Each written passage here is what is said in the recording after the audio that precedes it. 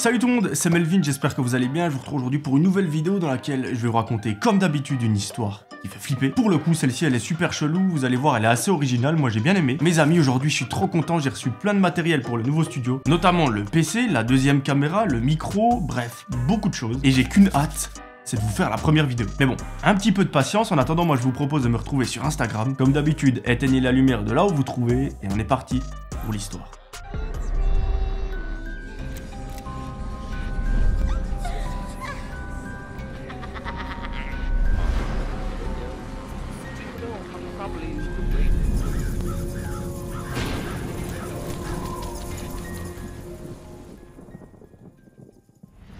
Aujourd'hui, mes amis, c'est l'histoire de Laura. Alors je pense que d'ici 2 semaines, on aura fait absolument tous les prénoms sur Terre sur cette chaîne, donc désolé si ça se répète un petit peu. À l'époque où tout ça se passe, Laura a 22 ans, elle est en études, ça aussi, c'est un petit peu répétitif, mais bon, on n'y peut rien. Et notre amie Laura, à ce moment-là de sa vie, elle recherche l'amour. Effectivement, ça fait plusieurs années qu'elle est célibataire et elle a besoin un petit peu d'affection. Donc un jour, elle est dans sa chambre, sur son téléphone, et elle a la bonne idée d'installer une application de rencontre. Elle nous avoue qu'au début ça lui fait un petit peu bizarre parce qu'elle n'a jamais utilisé ce genre d'application. Elle est plutôt en mode je vais trouver la personne qui partagera ma vie dans la vraie vie de tous les jours plutôt que sur une application de rencontre. Ça, vous faites votre propre avis, il y en a qui pensent qu'on peut trouver l'amour sur ce genre d'application, d'autres pas, donc c'est un petit peu mitigé. D'ailleurs, dites-moi vous de quel côté vous êtes dans les commentaires. Assez vite, Laura reçoit beaucoup de likes sur son profil, elle est refaite parce que ça faisait un moment qu'elle n'avait pas eu d'attention de la part de garçons, et là elle est super contente parce qu'elle voit qu'elle intéresse d'autres personnes. Elle répond gentiment à 2-3 messages qui lui sont envoyés et tout se passe pour le mieux. Elle nous raconte qu'elle rencontre un petit peu des lourdeaux, d'autres mecs sont super sympas mais que c'est un petit peu mélangé. Bref, pendant plusieurs jours, elle nous raconte que c'est son activité principale lorsqu'elle rentre des cours. Elle se met sur son téléphone et elle répond à ses nombreux admirateurs. L'histoire reprend quelques semaines plus tard lorsque Laura pense avoir trouvé l'amour de sa vie. Effectivement, il s'agit d'un garçon super beau, super sympa, super mignon, avec qui les échanges sont incroyables, ils ont une complicité de malade. Elle se sent vraiment bien avec lui, mais le seul petit problème, c'est qu'elle ne l'a jamais rencontré dans la vraie vie. Et oui, ils se sont juste appelés, ils ont juste écrit des messages, mais il n'y a pas eu de rencontre physique. Vous vous en doutez, notre amie Laura, elle ne veut pas en rester là, elle lui propose de se voir, lui accepte avec un très grand plaisir, et vous allez voir, la rencontre, c'est pas dans un restaurant, c'est pas dans un bar, c'est pour faire une petite virée nocturne au milieu d'une forêt. Et oui, mes amis, vous l'avez bien entendu, c'est une idée assez originale, parce qu'en fait, elle nous raconte que les deux sont passionnés par la randonnée et tout ce qui touche à l'horreur. Donc, l'horreur plus randonnée, il y a un espèce de mélange qui se fait, et pourquoi pas aller en forêt en pleine nuit. Personnellement, c'est pas le premier lieu qui me viendra en tête pour un date, mais chacun son truc. Un jour, Laura rentre des cours, elle se met dans son lit, elle est sur son téléphone, et là, elle écrit à ce garçon. Les deux se mettent d'accord pour trouver une date et une heure à laquelle ils vont se retrouver. Au bout de quelques minutes de conversation, ils arrivent enfin à se mettre d'accord, et la rencontre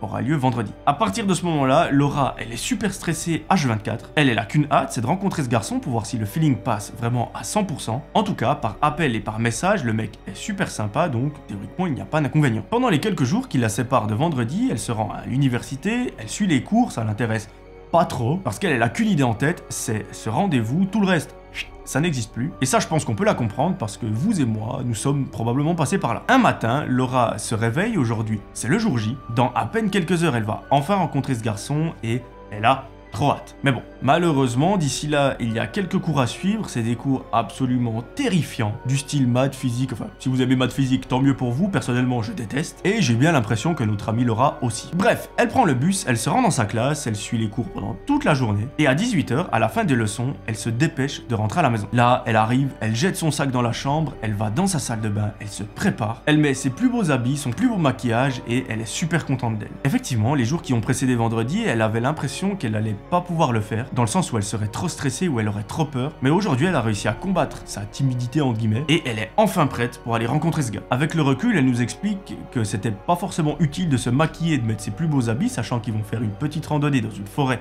en pleine nuit, mais bon, avec la pression du premier date, je comprends. Laura enfile ses chaussures, elle sort de la maison, et elle attend. Au bout de 10 minutes, une voiture apparaît dans la rue, celle-ci se gare juste devant elle, et le garçon en sort. Laura, à ce moment-là, elle a des papillons dans le ventre, le mec est comme sur les photos, il a l'air incroyablement gentil, elle lui saute dans les bras, les deux montent dans la voiture et se rendent en direction de la forêt qu'ils veulent explorer. Celle-ci se trouve à une vingtaine de minutes, et dans la voiture, elle nous raconte que c'est génial parce qu'en fait, ils arrivent à discuter d'une façon très fluide. C'est comme s'ils se connaissaient depuis des années, alors qu'en fait, ça fait à peine quelques semaines. Donc ça, j'ai envie de vous dire, généralement, c'est un bon signe. Mais attention, c'est pas parce que vous parlez avec une personne et que c'est très fluide que cette même personne est super cool. Parfois, ils peuvent cacher cacher un ou deux secrets ou quelque chose d'assez étrange. Après quelques minutes de voiture, les deux arrivent enfin au début de cette forêt, ils sont trop contents, elle est magnifique. Après vous me direz, une forêt dans la nuit, est-ce que ça peut être magnifique? Aucune idée. Mais les deux sortent de la voiture, ils enfilent leur petit sac et se mettent à avancer. Elle nous raconte que l'ambiance est assez bizarre parce qu'en fait elle a vraiment l'impression de marcher avec son copain alors qu'ils ne sont officiellement pas en couple. Et avec l'ambiance de la forêt en pleine nuit, les bruits d'animaux, les bruits de bois qui craquent, etc. c'est assez particulier. Mais bon, les deux, vu qu'ils sont fans de ça, vu qu'ils sont fans d'horreur, de randonnée, ils adorent. Donc finalement c'est tout ce qui compte. Laura nous raconte qu'ils marchent pendant 1h30 lorsque tout à coup ils s'arrêtent dans un petit endroit super sympa. Ils déplient une sorte de petite couverture, ils s'installent et là ils profitent de la magnifique vue. Effectivement, cette partie-là de la forêt est dégagée et eux ils peuvent observer les étoiles. Donc j'ai quand même envie de vous dire, ce date est pas mal romantique. Pendant 2 heures, le futur couple discute, tout se passe à merveille, lorsque tout à coup, il est tellement tard que les deux s'endorment. Laura nous raconte qu'en fait elle était tellement bien dans ses bras qu'elle n'a juste pas vu le temps passer et qu'elle s'est assoupie, et qu'apparemment lui aussi. 2 heures plus tard, Laura se réveille en sursaut parce qu'elle a entendu un très gros bruit, mais c'est pas la façon dont elle s'est réveillée qui l'inquiète, c'est plutôt que le mec n'est plus là. Elle regarde à gauche à droite pour voir, je sais pas, s'il a pas roulé pendant son sommeil, mais malheureusement, le mec a disparu. À ce moment-là, inutile de vous dire que Laura se met sérieusement à flipper, elle est au milieu d'une forêt en pleine nuit avec un gars qu'elle connaît pas plus que ça. Celui-ci a disparu et elle se retrouve toute seule là au milieu et elle ne sait pas quoi faire. Elle a à ce moment-là un bon réflexe, elle décide de juste se décaler de l'endroit où elle se trouve. Elle ne sait pas comment l'expliquer, mais elle se dit voilà, je suis avec un gars, je ne sais pas ce qu'il a fait, je ne sais pas où il est. Je vais me mettre à quelques mètres d'ici pour voir ce qu'il se passe vers cette couverture. Donc là où je me suis réveillé. Comme ça, s'il revient, je peux voir s'il a des gens avec lui, s'il a quelque chose avec lui, ou peu importe. Ça, très bon réflexe de la part de notre amie Laura. Pendant plusieurs dizaines de minutes, elle nous raconte qu'en fait elle est sur une bûche de bois, assise, elle a super froid et rien ne se passe. Hormis les bruits d'animaux, de bois, de feuilles, y a rien. Lorsque tout à coup, elle entend quelqu'un rigoler. Ce rire est extrêmement fort, il semble assez lointain, mais Laura, ça lui a suffi pour lui foutre les boules et elle décide à ce moment-là de se mettre à courir dans la direction opposée. Et vous allez voir, si elle est encore là aujourd'hui, c'est probablement grâce à cette action. Effectivement, Laura s'éloigne à plusieurs dizaines de mètres de là où elle se trouve. Elle se cache derrière un arbre, à ce moment-là, elle a super froid, vraiment, elle est en train de trembler. Et lorsqu'elle regarde en direction de la couverture de là où elle était il y a quelques secondes, elle remarque une sorte de groupe de personnes qui fouillent un petit peu les lieux. Et elle arrive, parmi ces personnes, à reconnaître le mec avec qui elle était il y a quelques heures. Là, elle se dit, mais what the fuck, c'est un petit peu bizarre, qu'est-ce qu'il est en train de foutre à cet endroit? Je veux dire, pourquoi il y a toutes ces personnes avec lui? Et là, elle se met sérieusement à bader lorsqu'elle voit que les personnes commencent sérieusement à s'énerver. Ceux-ci fouillent absolument partout, ils sont vraiment vénères. Et là, notre amie Laura a une excellente idée, c'est de ne pas chercher à comprendre plus que ça. Elle prend son courage à deux mains et elle se met à courir le plus vite possible, le plus loin possible de cette scène. Heureusement, elle a pensé à prendre son téléphone dans sa poche, par contre, son sac, lui, est resté vers la couverture. Il n'y avait pas grand-chose de valeur là-dedans, mais il y a quand même 2-3 petites affaires assez utiles. Et elle nous raconte qu'en fait, à ce moment-là, elle est complètement perdue. Heureusement pour elle, elle capte le réseau, elle arrive à se rediriger. À un moment, elle arrive au bord de la forêt, vers une route. C'est pas du tout par là qu'ils sont entrés, mais au moins, elle est sortie de cette fameuse forêt. Une fois au bord de cette route, Laura appelle en panique ses parents. Ceux-ci mettent du temps à répondre parce qu'en fait, c'est le milieu de la nuit, ils sont probablement en train de dormir. Mais au bout de quelques appels insistants, son père finit par décrocher. Là, elle lui explique en très gros ce qu'il se passe. Elle lui dit, écoute, je suis dans une merde profonde, je suis dans cette forêt à tel endroit. Le mec avec qui j'étais ce soir, il est super chelou, il faut absolument que tu viennes me chercher. Son père lui demande de lui envoyer la localisation en direct, il lui garantit qu'il va venir, et il lui demande aussi d'aller se cacher derrière un arbre, dans un buisson, ou peu importe, et lorsqu'il est sur les lieux, il l'appelle et il se retrouve. C'est exactement ce que Laura fait, elle va se cacher dans un buisson, elle nous raconte que ça la pique de partout, mais sa vie est en danger, donc pour elle, avoir mal, c'est un peu le dernier de ses soucis. Plusieurs dizaines de minutes après, son téléphone vibre, c'est son père qui est au bout du fil. Il lui dit voilà, je suis probablement pas loin de toi, est-ce que tu arrives à voir la voiture? Laura sort du buisson et par miracle, elle voit qu'il y a une voiture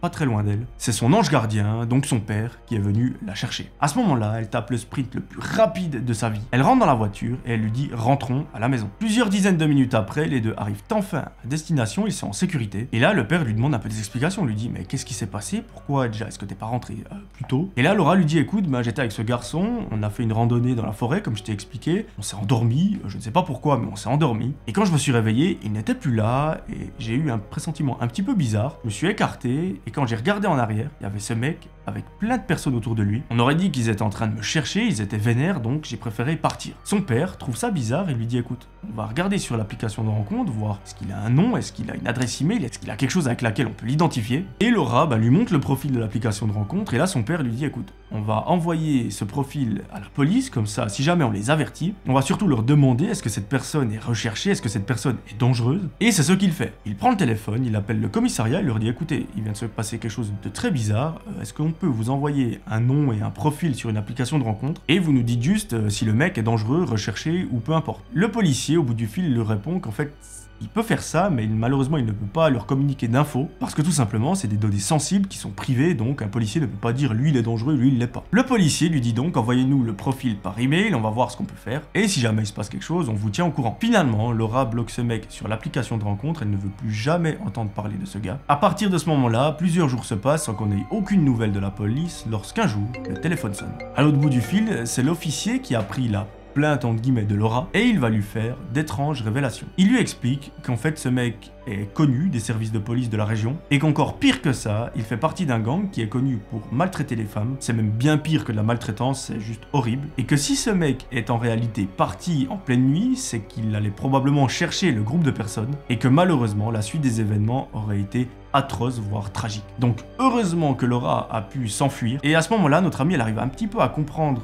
les choses. Elle se dit mais en fait c'est logique qu'ils étaient vénères lorsqu'ils ne m'ont pas trouvé parce qu'ils s'attendaient à me voir coucher sur la couverture. Sauf que moi j'étais déjà loin parce que je suis un petit peu plus maligne qu'eux. Laura, à partir de ce jour-là, elle nous raconte qu'elle a quand même suivi quelques séances chez une psychologue parce qu'elle nous dit que ça lui a vraiment fait bizarre de se dire mais je suis passé à côté de l'horreur. À quelques secondes, minutes près, ça aurait pu m'arriver et je suis juste une miraculée. Elle nous avoue par contre qu'elle a tiré une leçon de tout ça, c'est que sur les applications de rencontres ou les réseaux sociaux en général, il faut faire attention à qui on parle. C'est pas parce qu'une personne, on s'entend bien avec, que la personne est totalement clean. Donc ne vous fiez jamais au premier contact que vous avez avec quelqu'un. Et je vous donne un conseil qui s'applique à absolument tout le monde, hommes et femmes. C'est que lors d'un premier rendez-vous avec une personne que vous n'avez jamais connue, essayez de le faire dans un lieu public. Spoil, une forêt en plein milieu de la nuit, c'est pas forcément le lieu le plus public qui soit. Mais j'imagine plutôt un restaurant à 19h ou un bar ou quelque chose comme ça. Là où si jamais il y a quelque chose qui se passe, des gens peuvent intervenir et vous aider. Voilà, c'était le petit conseil pour conclure cette vidéo, j'espère qu'elle vous aura plu. Rassurez-vous, Laura aujourd'hui a complètement tourné la page, elle a presque oublié cette histoire. Parfois elle y pense, ça lui fait bizarre, mais tant mieux si ça ne va pas plus loin. Voilà, je vous ai tout raconté, dites-moi ce que vous en pensez en commentaire. N'hésitez pas à venir me suivre sur Instagram, je poste tous les jours du contenu. Moi je vous promets de vous retrouver très vite pour une nouvelle vidéo. D'ici là,